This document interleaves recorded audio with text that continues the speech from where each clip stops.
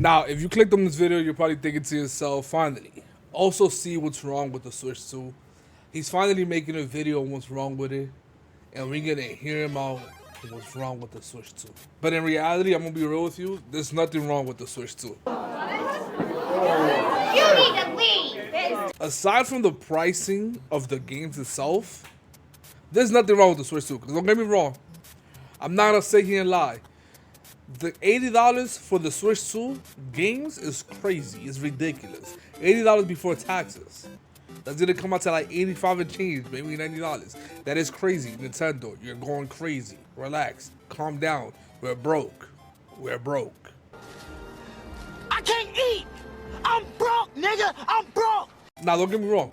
$400 to $450, that's not bad at all. I think it should be more, but that's just a personal opinion. Hopefully Nintendo don't listen to this and jack up the prices so you guys don't blame me. But in my opinion, it should be more. Because we're talking about a Switch 2 console that does a lot more than the first Switch. A Switch 2 console that runs a lot more power than the first Switch. But yet, nobody wants to pay that more price. So it's like, at some point, we gotta make it make sense. Like, do you really think Nintendo Switch was gonna release a brand new Switch that runs better than the first one, is bigger than the first one, and they was gonna sell it for the same price as the first one? Even if you was the business person, you wouldn't do it. So why would they? Let's be real. Now, I'm starting to believe that people are forgetting that the Switch 2 is a handheld console. Not just handheld, but a portable console that you could take with you anywhere, which makes it even more worth it. Like, bro, we're talking about a console that is 120 FPS handheld, but 4K dock? Like, are you serious right now? Now, everybody's gonna compare it to the PlayStation 5 and the Xbox X because those are the most recent consoles that come out. But, like, I don't think we're giving Nintendo enough credit for what they're doing. For how much power they're putting in a handheld console. Like, we're talking about ray tracing on a handheld console. Do you know how long we waited for ray tracing on a regular console? Now we have it on a handheld console. Bro, like, this has changed the game so much where you have other companies thinking about doing portable handheld devices just so they can compete with the Switch. The Switch is not only in the race when it comes to the gaming war, but they made their own race that nobody can compete in. And I think that says a lot.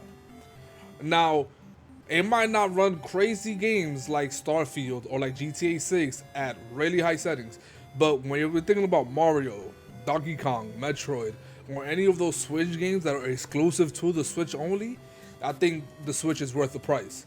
Because there's no way you're going to play those games at that high performance anywhere else. It's not like Sony where you can buy a PlayStation, but yet people can buy it on their PC. Or yeah, people can buy it on the Xbox. Or it's not like Xbox where you can buy the game on Xbox, you can play it on Sony, you can play it on PC, and vice versa to everything else. Like, Nintendo has one exclusive games that's gonna run crazy on their device. Now, if you personally ask me, I think the Switch should be somewhere in the $600 range. That's just my personal opinion. That's my opinion! Again, the Switch 2 games is a whole nother conversation. If you guys want to see me make a video on the Switch 2 gaming and what I think about the prices, make sure you leave a comment down below. But with that being said, it's your boy Oso, and the Switch 2 is at the price it should be. Till next time, peace.